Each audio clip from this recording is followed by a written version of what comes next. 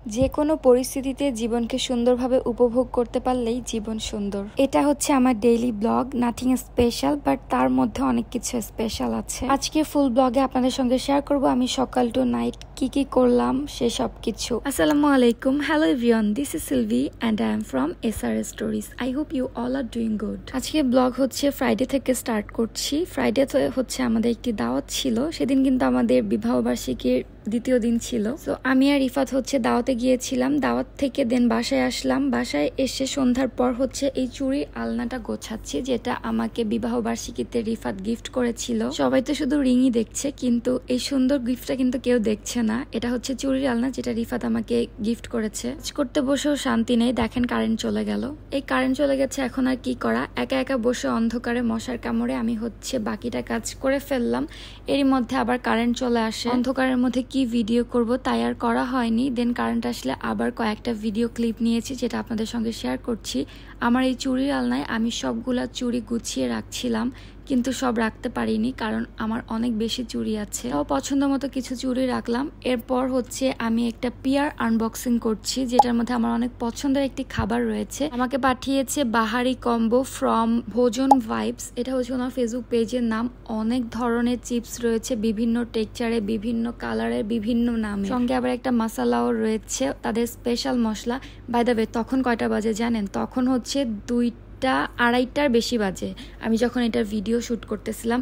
আমি হচ্ছে আমাকে যে রিফাত যে ফুলটা দিয়েছিল ওই ফুলটাই একটু কাজে লাগাচ্ছি, কারণ এটা ইতিমধ্যে নষ্ট হয়ে গিয়েছে, আরো নষ্ট হয়ে যাবে থাকলে। এটাকে হচ্ছে একটু কাজে লাগাচ্ছি মিন্স এটা দিয়ে হচ্ছে এখন আমি ফটো শুট করব। দেখেন মোমবাতি জ্বালাতে যে আমার হাতটা পুরা পুড়ে যাচ্ছিল। ভোজন ভাইবস থেকে যে ফুডগুলো আমাকে পাঠানো হয়েছে, এটাগুলো হচ্ছে চিপস। এগুলো হচ্ছে আমি খুব সুন্দর করে একটু সাজিয়ে এখন হচ্ছে এগুলোর পিকচার তুললাম, সেগুলো আমি ইতিমধ্যে আমার পেজে আপলোড করে দিয়েছি। সেদিন অনেক রাত হয়ে যাওয়ার কারণে আর ভেজে খাওয়া হয়নি। পরের দিন সকালে হচ্ছে আমি আবার ঘুম থেকে উঠলাম, ঘুম থেকে উঠে হচ্ছে রান্না বান্না করছিলাম। সেদিন হচ্ছে আমার ঘুমাতে ঘুমাতে ফজরের পরে আর কি বলা যায় সারা রাতই জেগেছিলাম, ফোন দেখতে দেখতে আরো ঘুম হয়নি।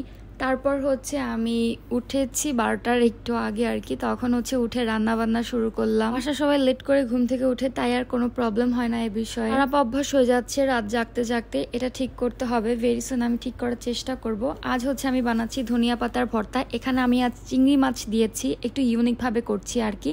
তার সঙ্গে হচ্ছে কিছু ইলিশ মাছ ভেজে নিচ্ছিলাম। প্রথমে ধনিয়া পাতাগুলো উঠিয়ে একটু রাখলাম, কারণ এগুলো এখন পাটা পোটাতে বাটার শক্তি নাই, টাইমও নাই, কারণ আমি একটু পরে জিমে যাব, এই জন্য। এটাকে ব্লেন্ডারে দিয়ে হচ্ছে ব্লেন্ড করে নিচ্ছিলাম। এর মাঝে যে কতবার কারেন্ট গিয়েছে তার কোনো হিসাব নেই।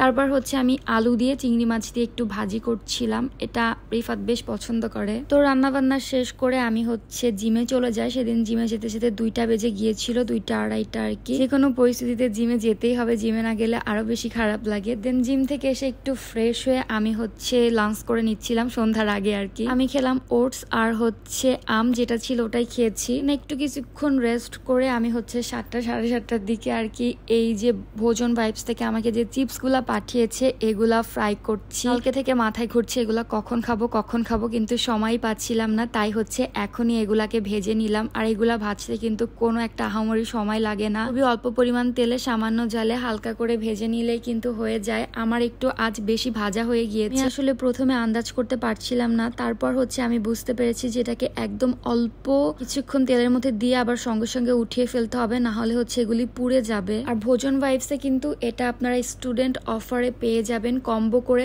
ওনারা হচ্ছে সেল করে থাকে। সবগুলা মেবি 350 টাকা ছিল, খুবই রিজনেবল প্রাইসে, অনেক বেশি মজাদার এগুলি। অনেক আগে ছোটবেলায় আম্মু এগুলা ভেজে দিত, তখন হচ্ছে খেতাম। সন্ধ্যায় যখন পড়ার টেবিলে বসতাম তখন হচ্ছে আম্মু এগুলা ভেজে এনে দিত, খেতাম আর হচ্ছে পড়ালেখা করতাম। তার মাঝখানে হচ্ছে এরকম দুষ্টুমি করতাম, আঙুলের মধ্যে হচ্ছে এভাবে চিপস গুলা ঢুকিয়ে খেতাম, খুবই ভালো লাগতো।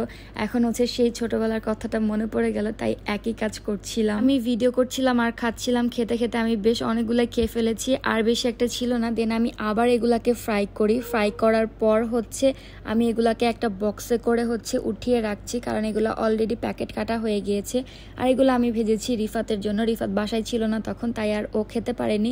এখন ও বাসায় আসার পর আমি আবার ওকে ভেজে দিলাম। দেন আমি আবার হচ্ছে এসে ভাত চড়ালাম, কারণ রাতের জন্য রান্না করব। রিফাত আবার মুরগি নিয়ে এসেছে, তো এটাও হচ্ছে কাটাকাটি করছিলাম। আমি সবসময় মুরগি কাটার টাইমে বালতি ভরে পানি নিয়ে বসি, কারণ মুরগি কাটার সময় আমার ভালো করে ক্লিন করে না কাটলে ভালো লাগে না, এই জন্য। সব খানিকটা মুরগি হচ্ছে আমার কাটা শেষ। কাটা হলে এখন এটাকে হচ্ছে আমি ভালো করে পানি দিয়ে ধুয়ে নিব, বেশ কয়েকবার ধুয়ে তারপর হচ্ছে আমি বক্সে বক্সে করে ফ্রিজে রেখে দিব। এবার এখান থেকে হচ্ছে একটুখানি মুরগির মাংস, কলিজা, মাথা আর কি, গলা যেগুলো আছে এগুলা আর কি আলু দিয়ে কুচি কুচি করে এখন হচ্ছে একটুখানি রান্না করব আর কি রাতের বেলা খাওয়ার জন্য। আমি তো রাতে খাই না, রিফাত আর আমার দেবর আছে, ওনারা হচ্ছে খাবে। মুরগির মাংস যেভাবে রান্না করে আমি হচ্ছে ওইভাবেই করে আর কি রান্না করে নিলাম।